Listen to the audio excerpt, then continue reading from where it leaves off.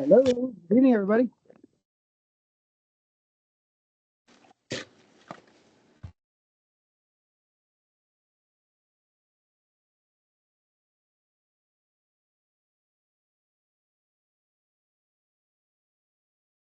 Hello, Dr. Calafell. Thank you so much for joining us tonight. Not a problem. Happy to.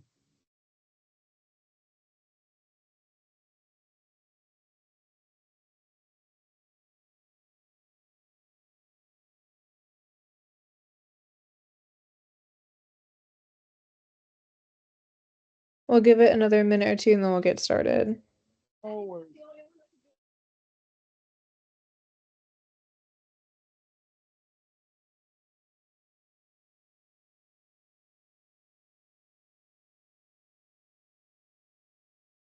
I'm just going to switch on to my okay, guys.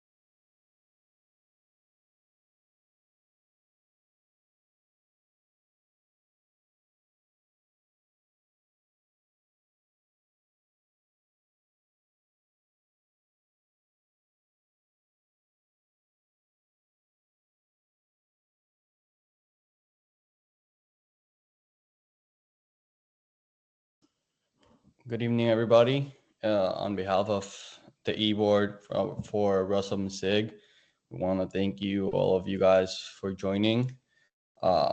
Special thanks to Dr. Calafell for agreeing to hosting this event. I hope everybody enjoys this event. This is definitely one of the most important events we're going to have in the whole year. So please, if you have any questions, please wait until Dr. Calafell allows you guys to answer or ask any questions. And then for the end, we'll have a special 5 to 10 minute time period for questions. Thank you again. And Dr. Calafell, whenever you're ready, please go ahead. All right. Thank you, Louis, for the introduction. Good evening, everybody. Okay, I'm Dr. Joel Calafell. I'm a Ross alumni, general and colorectal surgeon here in Miami, Florida, in the Baptist system, if anybody's familiar with the South Florida area. So what we're going to talk about today, and let me just start to view it. Let me see, share. There you go. Can you guys see my my screen? Yes, we can. Yes. Perfect. Right? If you hear me a little distant, we had to reschedule this because I had emergency surgery. Last week I very much apologize. It happens. The call of a surgeon. If you hear me a little distant, it's because I'm cooking. Because it's my time. It's my turn to cook tonight. So if you hear little monsters in the background, those are my children. It's okay. They don't bite sometimes. All right. There's one. All right. So what this is, guys, is a true process. So Lewis mentioned this very, very clearly. Okay. Remember, you're in medical school. A lot of you guys are M1s, M2s. Any rising M3s or M3s are about to be M4s on the call? Yes. Yes. That's good. Good. this is most important for you guys because the fourth years have matched. Congratulations to them. Okay. They're done. Okay. The fourth years, a matched fourth year is about as useful as a wet diaper right now because they're on pure vacation mode right now. Okay. Because that's it. They have nothing else to do. All right. When I matched, I was very much useless after I matched. Okay. Because you're done. You've done your process. You have gotten a residency spot, which realistically you need. You cannot practice medicine in the United States without a residency. And I'm going to show you guys the numbers of why this is important and why you guys have to get a head start of this as soon as you can. And for the M1s and M2s listening to this, even better for you. Okay. So this is a little bit about me. I graduated in 2014. I went to UConn for general surgery, Lehigh Valley for colorectal fellowship, my general surgery and soon to be newest member of the Colon Cancer Center of Excellence, which is going to be part of Baptist Health, and yours truly is going to be one of the lead members. Okay, so big project that we're doing down south. Okay, where do we start? All right, you're a medical student, you're bright, you're smart, okay, but you possibly have the most debt, which is why you need to get to residency to start your real career. Okay, your education, study, perform well, be the smart one. And I'm going to explain why, because your steps are the big ones. Okay. So let's start. Okay. As a first and second year, you're going to be gaining your foundation for your medical knowledge. Okay. Third year, you got to start looking at real life that's coming off the book. Okay. Oh, wow. This is what appendicitis actually looks like. This is what cholecystitis looks like. Okay. And fourth year, I got to get into residency. Okay. So really the way ERAS works, I'm going to break it down to very simple things. The match is a tale of two systems, okay? You have the NRMP, which is the actual match where you submit your list. They give you a selection. They tell you you match or you didn't match, and they tell you where you go. That's the actual match. ERAS is the application portion of the match. This is where you submit your application, your step scores, your letters, everything that goes out to the programs. Okay, they are two different systems, and you'll be shocked how many rising third years is the first time they hear about this. Okay, so this link is live. I update this lecture every single year because I love to look at the match data and give you guys the best up-to-date information. Also, disclaimer, I'm going to mainly talk about general surgery. If anybody has any burning desires about plastic surgery, ortho, vascular, ENT, any of the other surgical subspecialties, you can email me, you can text me later. I have all those numbers as well. Okay, so let's go. So the process, okay? The first things first, you get your token for the NRMP, the actual match in August/September. I have the date later on already, okay? That allows you to get into the actual match going into 2026, okay? By February, you submit your rank list, and then it's match day in somewhere in the middle of March. It always kind of lands the week of St. Patrick's Day. Okay? And the most frustrating thing about the actual match week is that, yes, you get your match news on Monday, but you have no idea where you're going till Friday. And it is absolute torture. I don't know why they wait, because they actually know already where you're going by Monday. Okay.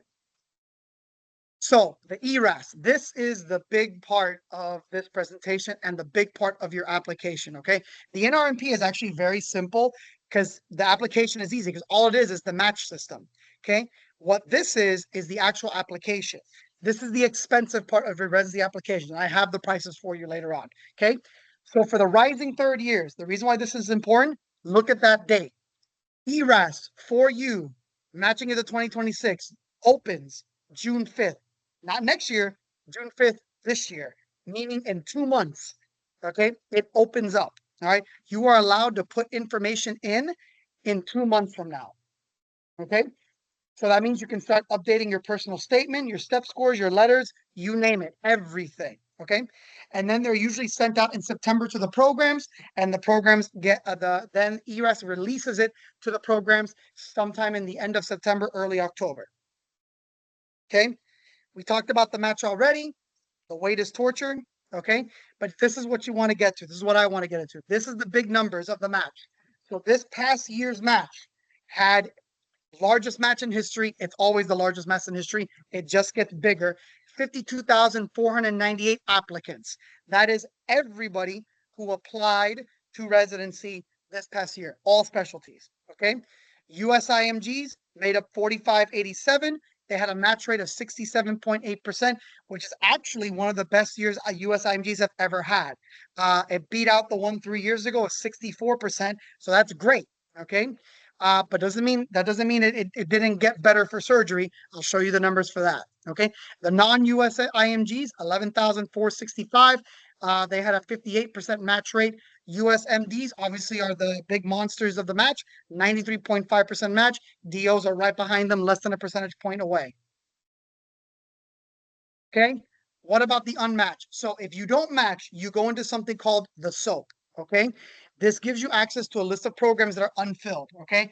Not all specialties will have unfilled programs. They're mainly made up of family med, pediatrics, internal medicine. There will be surgical prelim SOAPs as well. And some programs leave their prelims on purpose to go to the SOAP because they're mainly for people that are trying to fill in a year that are going into like urology, radiology, anesthesia, things like that. There are 4 rounds of the SOAP. Okay. This is last year's data because the SOAP data always comes out way later for the current match. So this is last year's data. So 14,000 entered the SOAP for, look at the amount of positions, 1,892 positions. 1,073 were filled last year. So even after the SOAP, there were still unfilled programs. Okay. But you can see the number. If you don't match, it's a large amount of people for a very small amount of positions when you can look at the numbers. So yes, if you're thinking that this is like the Hunger Games, it is. All right, you do have to make the odds play in your favor. You really, really do. Okay. So what about surgery? Okay, so surgery this year, there's been a couple new programs that popped up. Last year was around 348. Now there were 377 programs that entered the match this year, which boosted up the categorical positions up to 1,778. Prelims 1,194. Only 4 positions went unfilled. These are categorical positions. Only 4. Okay. Last year there were 3. Only 4 went out. And just to show you how competitive this is, look at the numbers of family medicine, internal medicine, unfilled positions. I mean, family medicine 805, internal medicine 357. I mean, family medicine that's like 3 medical schools worth of family medicine doctors right there that went unfilled. Okay. Total applicants for surgery, 3,305, 1,496 were the US med students. USMDs took about 62% of the categorical positions, while only 22% took the prelim. So guys, understand that even the US meds, okay, have a hard time matching into surgery. They don't all match. Okay, it's competitive. All right. Out of the category positions, 100 were filled by USIMG, 114 by non-USIMG. Prelims out of the 1,094, 88 went to the USIMG, 240 went to the non-USIMG. You can do them pretty quick. The rest went to the US med schools and the DO schools as well. So yeah, those numbers do not look that great, okay? But it is doable, okay? So you have to understand, how do you increase your chances? I do a lot of advising, not just for raw students, but also the med school that we have at my hospital, FIU, and the undergrad as well. The biggest reason I see of why people don't match into what they want to go into is, 1, you got really poor advising. 2, you have unrealistic expectations. Okay. And 3, weak and late and incomplete application. And number 4, same thing, weak, late, and incomplete application.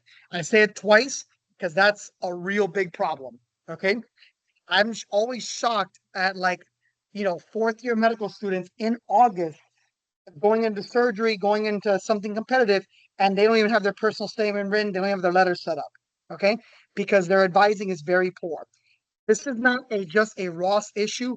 Most medical schools, and not all medical schools, have a very difficult time advising students that are going into something competitive. Very good at advising for the non-competitive stuff, the pediatrics, the internal medicine, family medicine. But when it comes to the specialties, they have a very difficult time doing that because your application process is completely different because it's much more competitive. Okay, so who can guide you? Okay, I do not look this old. Okay, I'm just pointing that out right now. All right. All right, so reach out to alumni. You guys have the surgery interest group. There are alumni out there to help you in a bunch of specialties. Okay, we have been through it. We know. Okay, ask more than one person. Get a lot of different opinions. Do research. Nobody will spoon feed you research. You have to go out and get it. Okay. All right. Now, expectations, okay? I don't want to crush anybody's dreams, even though that's kind of my reputation sometimes, but I have to be realistic because I know the numbers. I sit on an admission board of a residency. I know what they're looking for and I know what they're not looking for, okay? So you have to be realistic, okay? What is the average step score of those who match? Are you close? Are you way under? Is there something less competitive that you like? Okay? Those are real questions you have to ask yourself if you're not a great applicant. And if you are a great applicant, you set a goal and aim higher. Okay. Our wrestling coach had a great saying: aim for the stars and maybe you get to the moon. Always aim higher. Always aim higher. Okay. If your step two score, your goal is to get a 260, nah. Get it. Goal is 280. If you get 260, no one's gonna feel bad about that. But if you aim for 260, you end up with a 240, now you're not very competitive. Step one, okay? So this is kind of a dead horse now for you guys because step one used to kind of look like this. We were all terrified of the evil step one. Now it kind of looks like this. It's very much pass fail, okay? I still argue against it all the time. If there was a step they were going to make pass fail, it should have been step three because to this day, nobody cares what you get on step three. I can't even tell you what my score on my step three exam was. Okay, so as of this coming match, it is being reported that there will be no more scored step ones coming into this match. Now, there may be some surprises from non-US IMGs from other countries, but they're calculating that in terms of US DO and US IMGs, there will be no more scored step ones. They're all going to be the pass fails. Okay.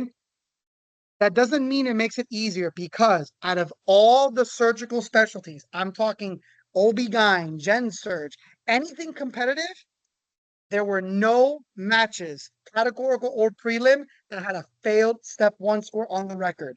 If you fail step one, you are very much now limited in what you can apply for. Because again, it's pass fail. Everybody should pass step one. Now, now that they made it pass fail.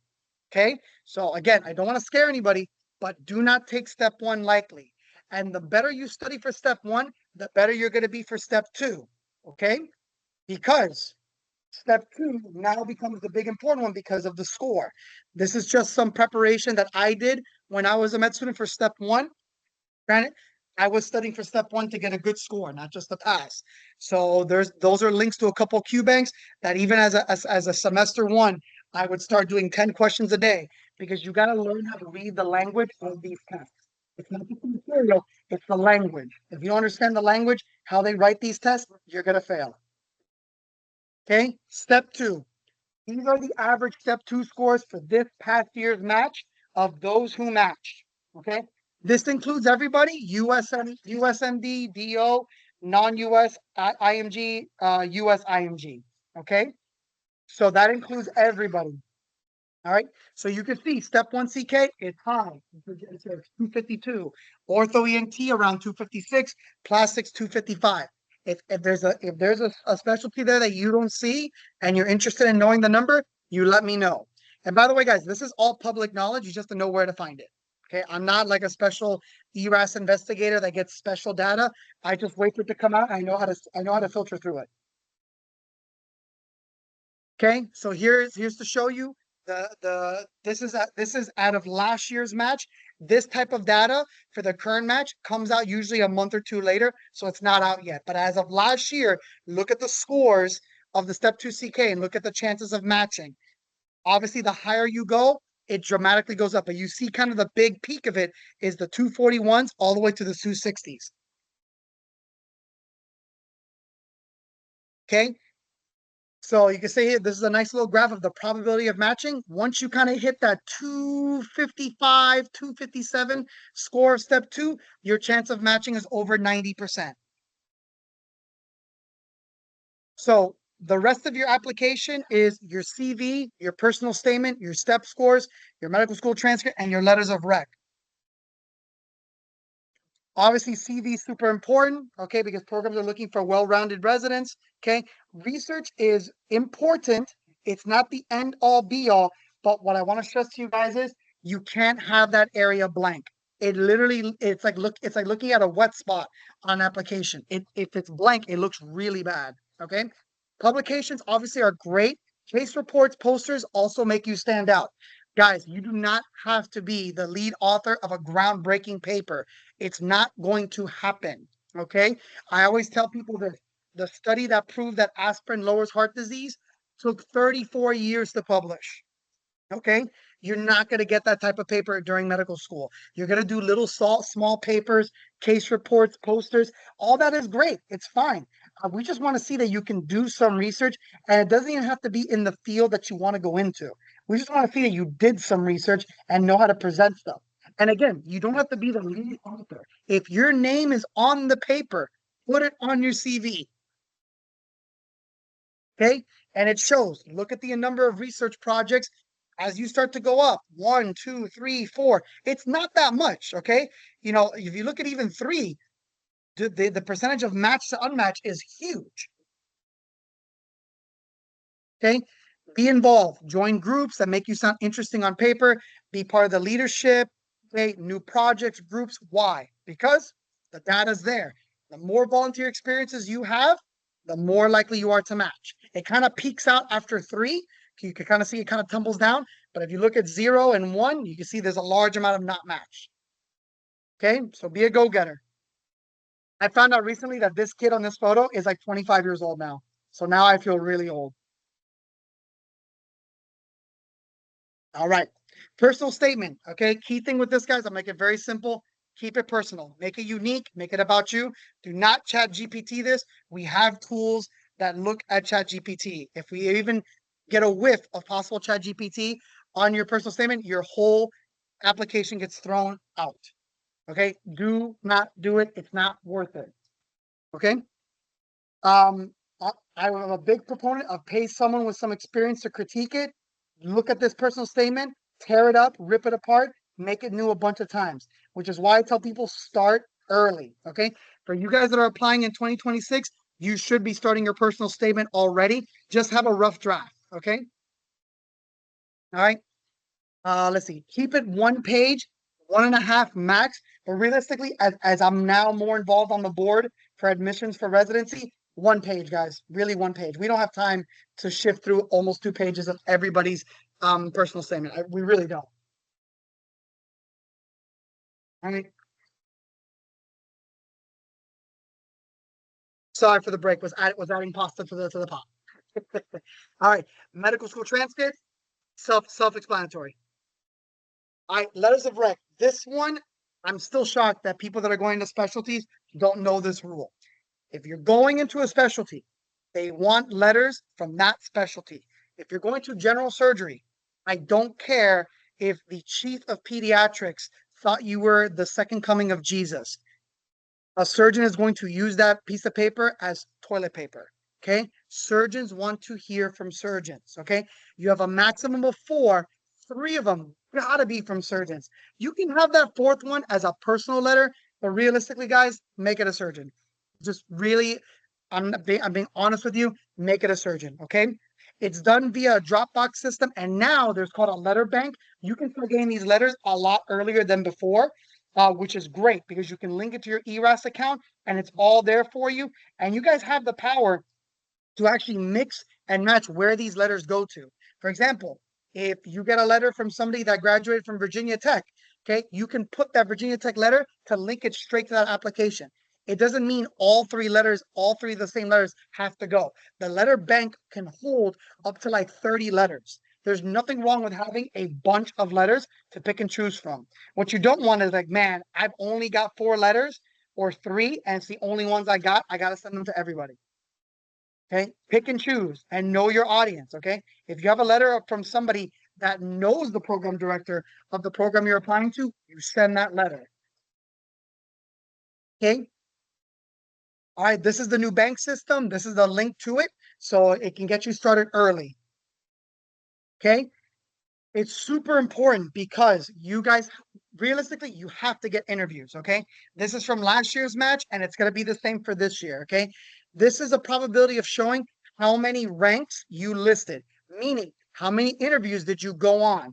And if you see the more interviews you get, the magic number is around 13. If you get over 13 interviews, your chance of matching is 90%. Look at the number if you get 4 or 5. 4, 5, 3, it's a coin flip. There's a 50% chance you're not going to match. Okay. This number used to be around 9 to 10 before the live interviews stopped because of COVID. Since they switched to video interviews, the amount of interviews have gone up. The reason why is people don't have to cancel interviews anymore. Back when I interviewed, I had to travel for all these interviews. Okay. So there would be cancellations all the time. So if you were waitlisted for a program, there was a good 90% chance you were going to get that interview. Now, if you're waitlisted, you're not getting the interview. Okay. Obviously, we talked about that. The virtual interviews is a big one. It dramatically increases the amount of interviews that you guys are allowed to do because you don't have to cancel them anymore. Okay. The big thing now is signaling. Okay. Signaling used to be just for a couple of specialties. Gen Surge has now hopped on and fully embraced signaling. Okay. What signaling is that you get a list of programs that you can rank in the ERAS and send a signal saying you are strongly interested in that program. Okay. And what that does is that it highlights it to the program that you are very interested and serious about that program. Okay. And it does show in the last data points that we have that those students that have done preference signaling have a higher chance of interviewing at the one that they selected. Okay. Now there's a limit of how many programs you can signal. The first year Gen Surge did it was only around 5 programs. It's going to go up to about 7 to 10 this coming year. That's one of my other ones. All right. So tips for this, guys, is organization. Okay, organization is key. You got to set yourself up with a really good timeline. And the beauty of it is, I'm going to show you the timeline. So that's your timeline. The timeline is set in stone. You got to abide by it, and you got to make sure you can reach those goals. If you can't, you have to change your strategy. And I'm telling you, this is a hard thing to learn. If you are not ready to apply, strongly consider applying next year. All the data shows your best chance of matching is your first time matching. Okay. If you do subsequent matches, remember they have all that history. Okay. Your chances of matching go dramatically down. Okay. Just to keep a couple costs in mind, what's step 1, step 2 cost? Step 2 CS. Aren't you guys happy you don't have to take that anymore? Look at that wonderful cheap price. And it does not include the travel that you had to do because it was only offered in 5 places in the entire country. Yes, completely stupid way to take a test. I agree. That's what it's about. This is the timeline for anybody applying for 2026. June 5th, it opens. ERAS opens. September 4th, you can start submitting to programs. Okay. And then you have September 25th. Okay. And then September 25th, the programs can officially access your application. And that's when they start sending out interview invites. Okay. And then May 31st, ERAS officially shuts down for that year to restart all over again. The reason why they have it left there so long is for people who didn't match, they can save their data and put it onto their new ERAS application for the very next year. That's why they leave it on for so long. Okay. Here's a full timeline with ERAS and NRMP and my recommendations of when to start doing stuff. Okay, you guys can have this. This PowerPoint is your guys. Okay, it's loaded with a bunch of information. This is what ERAS costs per application as of last year. Okay, you can see it gets pricey real quick. Okay. These are the costs that I have for the transcripts. Okay. Big important thing, ERAS does not offer refunds. So if you do everything and you miss the application window because something happened, guys, they don't care. Okay. Once you submit that money, once you send that check or that credit card number, That money's theirs. Okay. That's more guarded than Uncle Sam's money. You're not getting it back. Okay. So please, if you're not 100% sure about matching that year, don't send them the money because you will not get it back. There is no do-over. There is no 30-day trial. That nothing like that. Okay, this is the cost for the NRMP. Not expensive. Okay, compared to the ERAS, it's pretty cheap. Okay, interview cost for what it was back in the day for traveling. I just like to show this slide to give you guys a history lesson. That's what it cost back in my day. I didn't even want to know what the travel cost would be now. It's probably double that now. So that's all money in your guys' pocket. So who's ready to match? Okay. I wanted to wrap up kind of quick because the big important thing about this, guys, is the questions. Okay. So I'm going to stop sharing and I'm going to open the floor to.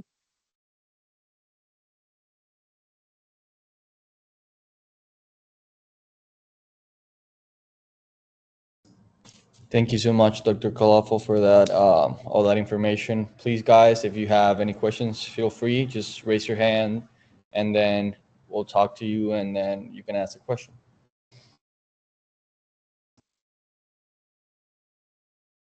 I've got the chat open, so if you guys don't feel comfortable talking, you can message it on the chat, and I can read it and answer the best I can.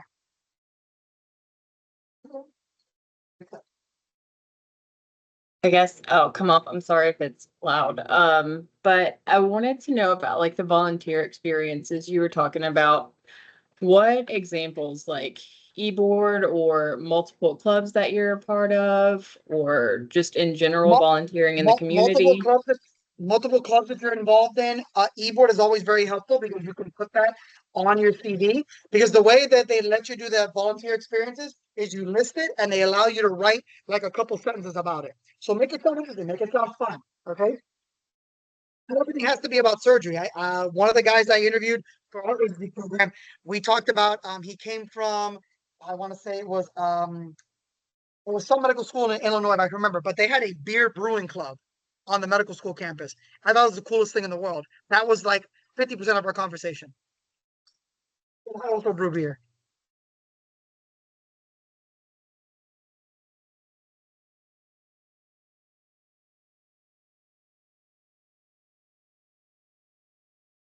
Hi, Dr. Kalafel. Thank you so much for the presentation. It was very, very helpful.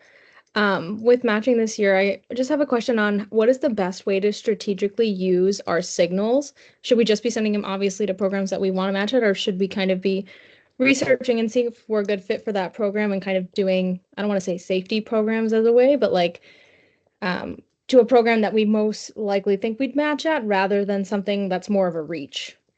Yeah, I mean, I don't like using signaling for a reach, and it all depends what you think of a reach. So if you have to look at yourself, you're a USIMG or a non-USIMG. If you and you can look at all these programs' websites, and they have a list of all their previous residents. If you see they have not taken an IMG, US, non-US for the last 20 years, don't even bother. Because there are programs out there that are not the culture is changing, but there are some programs that are very stingy about it. And again, if you see on the previous residents that it just hasn't happened in a long time, waste your time. You have a good shot on and that you really like, and that would be my way to use the signaling. I would say, for example, if they gave you 5 programs to pick, those should be your top 5 that only that you want to go to, which you have a shot of going for. Thank you.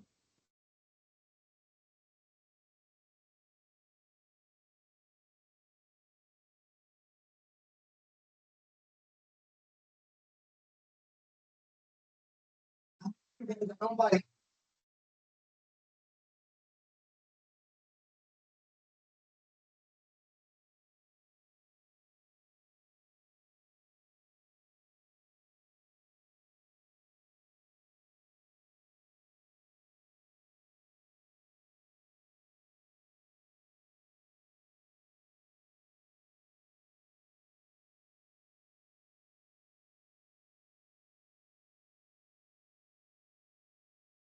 Be shy, guys. This is the time to answer any questions. Hi, Those who good match into evening. prelim programs, what does looking for a PGY2 look like? That is a great question, Dakota. It is a very long and lengthy answer, but I can tell you it's not easy because you have to try and go match again unless your program can guarantee you a spot. So you have to be very careful even where you match into prelim because there are some programs that love their prelims and do their best by them if you show that you can work and want to be a surgeon. And there are some programs where a prelim spot is a pretty much death to your surgical career. So you have to be very careful. If you want, I'm happy to talk to you and email you about that because that's a really long, complicated answer, and there's so many different.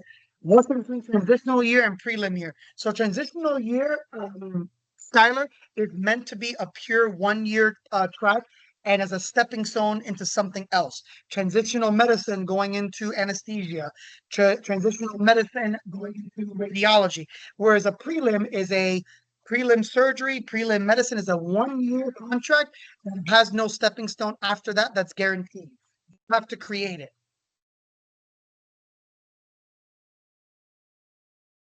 Hi, doctor. Thank you for the presentation. It was very helpful. My question is to piggyback off the prelim. So would it be helpful? I know it's kind of program dependent, but would it be helpful to do a prelim at a prestigious university versus like a community one, or is it just about, like you said, trying to match into a PGY2 position at your current program? Is that going to be your best bet? So what I would say about remember, prestigious institute, do they treat their prelims well? I can tell you, like for example, I went to UConn. We treat our prelims really well. Right down the street was Yale. They treated their prelims like garbage, like absolute garbage. Okay, their prelim interns barely whiffed the OR. Whereas in prelim in UConn, the attendings couldn't even tell who was categorical prelim. You were there to work.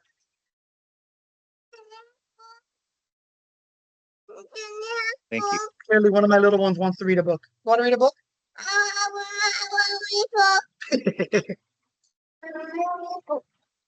Yeah, dinner's almost ready. All right. So if a program has 1 or 2 IMGs and they're in their third year or higher, yes, absolutely, it's still worth applying because that shows you that they've not only accepted them, they've moved on. So 100%, it's worth it. I remember, look back at their history 5, 6+ years ago, because there could be stretches where they don't get any IMGs, and then you get a wave of the 2 or 3 in a class.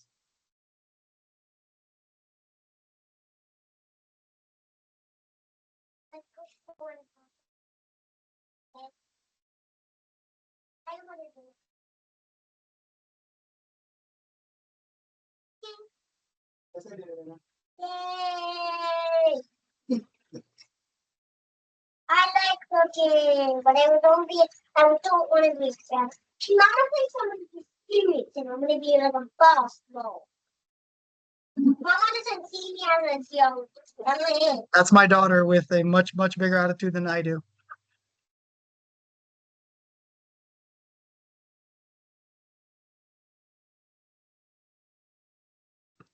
I have a question. For it. If you have like work experience or volunteer experience, does it need to be just stuff that you've done while we've been in medical school, or is there like a certain timeline, like a certain number of years that you If wouldn't it's put? really interesting from undergrad, you can put it, but research in undergrad is useless. It needs to be research in medical school. Okay. But Okay. work experience and volunteer work, if it's Mhm. valuable and you think it's a good talking point, you can put it in. Okay. All right. Thank you. And then Elizabeth, what's your take on geographic preferencing on the app? It's okay. The data on it is very weak. I think the preference signaling is better because if you go geographic, no, geographic, it breaks it down to the regions of the US. So like for example, if you just say Northeast and you like highlight a bunch of New York programs, I mean Pennsylvania is right next door and it's not considered New England. I'm not the biggest fan of geographic, and I haven't seen really good data about it. The preference has shown a good bit.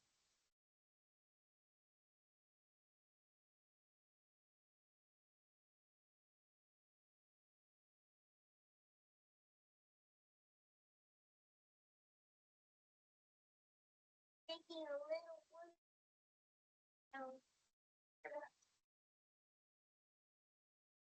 Right.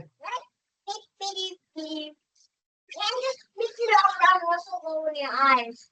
A ton of yeah, Elizabeth. It's tough. The signaling has definitely thrown the ERAS for a loop a little bit because it's so new. But the key thing is building a solid application because that's going to be your foundation. If you got great step scores, great letters, a good personal statement, a good CV, you're going to get interviews. And then you have your pick of signaling. What are your programs that you really want to go to, and that you have a legit shot at going to. Awesome. Thank you so much.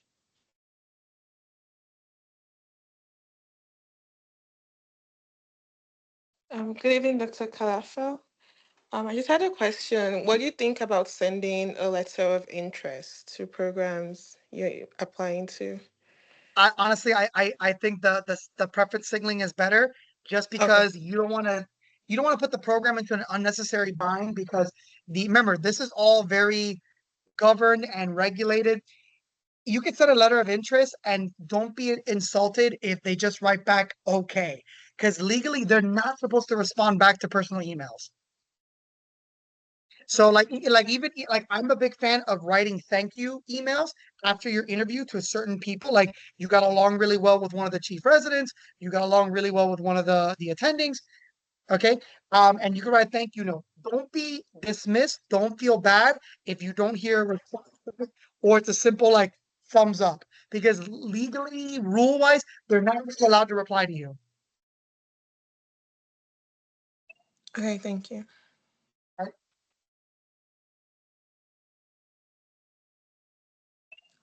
Another question. If I did a presentation before med school, is it worth mentioning on my ERAS? Presentation, anything with research that is before med school, really we don't care about it. Okay. Gotta be during med school. If it's something medical and it's interesting, then you can put it in. But it should not be the only thing on that research part. If it is, then it's not a good thing.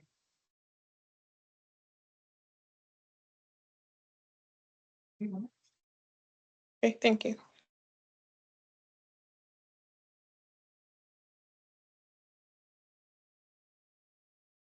I have one more question, Dr. Calafell. Go ahead. Thank you.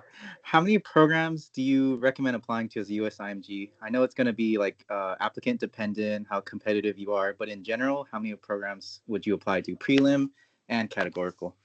Well, that it depends on the applicant. You 100% right, Garrett, because it depends. Are you a very strong applicant, or are you, an average applicant? Because if you're a very strong applicant, you should be applying to a lot of categoricals and not many prelims. In terms of the number of programs, also depends on the person and their situation. For example, I was going to residency with my wife. We were 2 years married.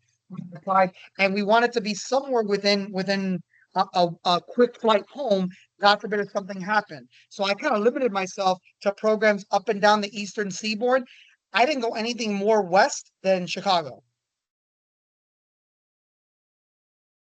Okay, thank you. I'm So, probably going to so, do so something. everybody's different. I don't believe in shotgunning like 300 programs. I think it's a waste of money. I think you should do your research of the programs and apply to those programs that you think you're a good fit and that you're a good applicant for. It could be like 40, 50, programs, but these people that apply like to 200 programs, I think it's crazy. Okay, thank you. Yeah, I've seen Reddit posts where people are saying USIMG should be applying to over 100 regardless of specialty. So yeah, but that helps a lot. I try not to listen to Reddit about anything. Got it. I mean, I typed in my specifics and Reddit told me I'm a 6'5" NBA player. So no, I don't listen to anything on Reddit. Don't, please don't. It's like what I Got tell it. patients Okay. about Dr. Google. I fight Dr. Google every day. Do you have any advice on those who are off cycle, graduating a month other than May or June? What is the best fill that time off with, especially if it's not the entire year. Fill that time off, guys, with doing any research you can, doing something interesting, because they're going to ask you about that time off. And don't be alarmed that it's just like IMGs. Med students have these off cycles too. So if something happened during high school and you got to stay an extra semester to the next year, it happens. You graduate off cycle. But they're going to want to know what you did during that time off. You can use it to build your application. You can use it to do research. You use it for a bunch of things. The key thing is don't feel pressure that you're off cycle. Don't take the match, like the quickest match, if you're not ready.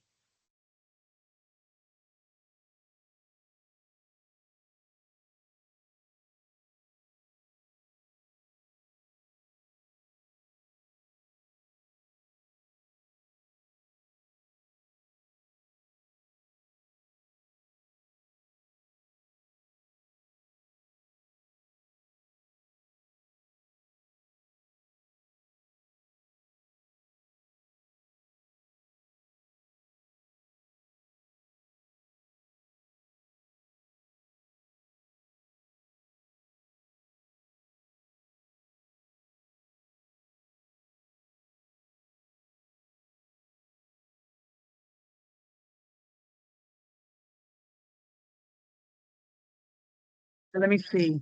Oh, another good thought. Yeah, it's so doing research during the gap period better than writing step 3. I am a big fan. If you can take step 3, 100% take step 3. Okay. If remember step 3 to do step 3, you need to have your diploma in hand because you have to show proof that you actually graduated. Okay. Before that wasn't a requirement back in 2014, 2013. That was when they made the change, which was great because you would have a bunch of people take step 3 and get out of the way. Here you're kind of forced to take step 3 now, like during intern year. So if you have an off cycle and you have the chance to take step 3, guys, take it and pass it, be done with it. And again, nobody cares what's on your step 3. Your step 2 and step 1 is what they care about.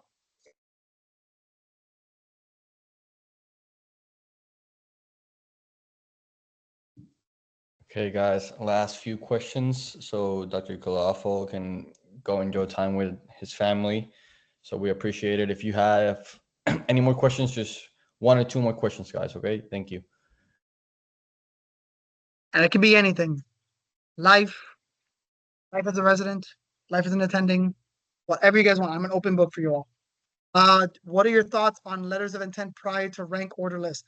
Don't do it. They're too busy looking at all these applications and interviewing. Trust me, guys, residency programs are very, very busy during. If you want, you can do that as part of your thank you letter. Like you were really impressed with the interview, maybe a week or 2 later, and say, "Hey, listen, I'm gonna rank you number 1. I'm gonna rank you number 2. You're my top 3." Again, do not feel bad if they do not respond to you. Okay, it's nothing against you. They're technically not allowed to.